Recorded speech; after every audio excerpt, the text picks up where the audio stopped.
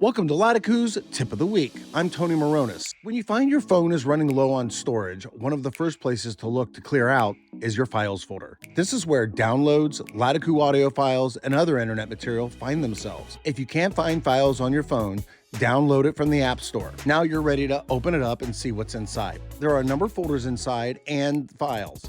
You can delete them all. To be safe, open them all up and look around. At least you'll have a good idea of what lives there.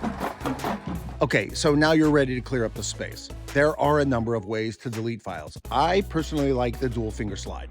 Place your pointer and middle fingers together and slide them down the list of items. Then tap the trash can at the bottom of the screen. Or you can use the one-line item method.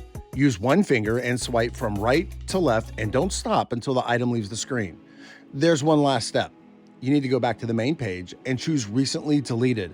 Now either use the dual finger slide or delete one at a time. You're done. For best results, restart your phone to get rid of any cached material, and then you can start filling up your files folder again with more media.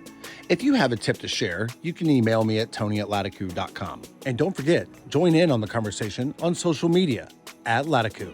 I hope this was helpful, and happy latakooing.